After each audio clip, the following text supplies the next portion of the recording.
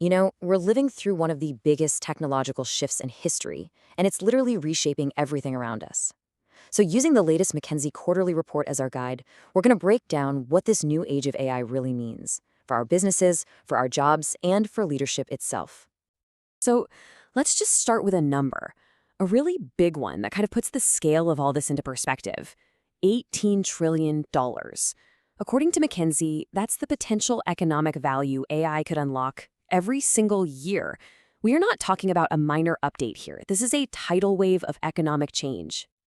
Okay, so when you see a number that big, it begs the question, what does this actually mean for the way we do business, for our jobs, for how we lead? We're going to tackle that with a really simple framework. First, what is this new tech? Then, so what? What are the real-world implications? And finally, now what do we actually do about it? All right, let's dive into the what. Because before you can navigate the future, you've got to understand the tech that's building it. And, at the heart of this whole revolution is a concept that goes way, way beyond the simple chatbots we've all been playing with. I want you to meet AI agents. Now, these aren't just your typical digital assistants that answer questions. Think of them as autonomous digital doers. You can give them a really complex request, and they're designed to understand it, map out a whole plan, and then use a bunch of different digital tools to actually get the job done, often with very little handholding from us. So how does this all work? Well, the process is actually surprisingly straightforward. It's basically a four-step loop. It kicks off when you give it a prompt, just using plain English. Then, the system kind of acts like a super efficient project manager. It creates a plan and starts assigning tasks to different specialized agents. Those agents get to work, pulling in data, collaborating with each other, and executing that plan. And then finally, it comes back to you with a draft, ready for your feedback, so it can tweak and iterate until the job's done perfectly. Okay, so we've got these incredibly powerful new doers. So what, right? Well, this is where things get really interesting. This is where we see the fundamental rules of business being completely rewritten. The implications for how companies actually operate are just profound. And it all starts with company culture. And this slide really nails the cultural shift we're talking about. The old IT culture was so transactional, right? The business team would write up a list of requirements and just kind of throw it over the wall to the tech team. That model?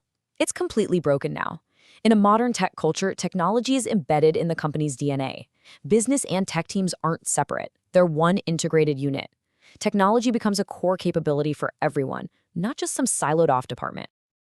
Now, for AI to deliver on that $18 trillion promise, it can't stay in the sandbox as a series of cool one-off experiments. It has to be industrialized, just like a manufacturing assembly line. And that's where a practice called MLOps comes in. You can think of it as the engine that turns a promising AI model into a reliable, scalable, and totally dependable business process. The impact is just huge. We're talking about cutting production timelines by 8 to 10 times. Of course, with all this power comes some pretty significant risks, and leaders aren't just blindly jumping in. Their top concerns are very real. You've got inaccuracy. What if the AI gets it wrong? Then there's intellectual property infringement. And, of course, cybersecurity. Figuring out how to navigate these challenges is every bit as important as seizing the opportunities. And dealing with those risks brings us right to the heart of this whole transformation, the people, us. How do we as human workers find our place and thrive in a world with these increasingly capable AI systems? I think this quote from Michael Dell just frames the whole situation perfectly. The popular story of robots are taking our jobs really misses the point. The real story here is about augmentation. It's about giving every single knowledge worker the best possible tool to help them do their job better, faster, and more creatively. But this new partnership between humans and AI all hinges on this really delicate balance. The report calls it the trust paradox. Here's the catch. If you don't trust the AI enough, you'll never use it, and your company will get left behind. But if you trust it too much, you stop thinking critically, and that can lead to some massive errors when the AI, and it will, inevitably makes a mistake. So how do you solve that paradox? Well, the report lays out some really clear strategies. First and foremost, you always keep a human in the loop who has the final say. It also means making the AI's decision-making process transparent, not some mysterious black box. And this is crucial. You have to train people on how to use these tools responsibly and to critically evaluate what the AI spits out. At the end of the day, you have to tie all AI activity to concrete real-world business outcomes. And that brings us to our final, and maybe most critical section, the now what. So we understand the tech, we see the implications.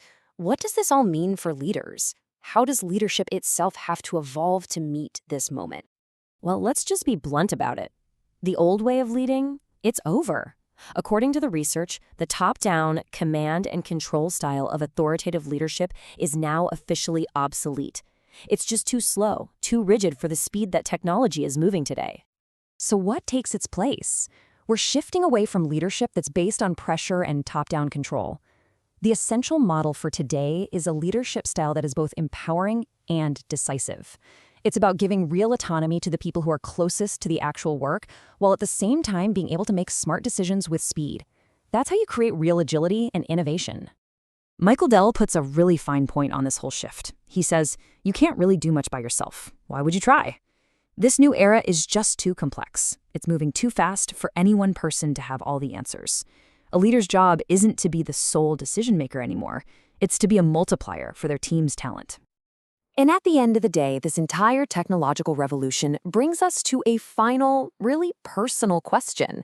The technology is here. It's not coming, it's here. And it's only getting more powerful. The change isn't a hypothetical if anymore. So the only real question left for all of us is this: how are you going to lead through it?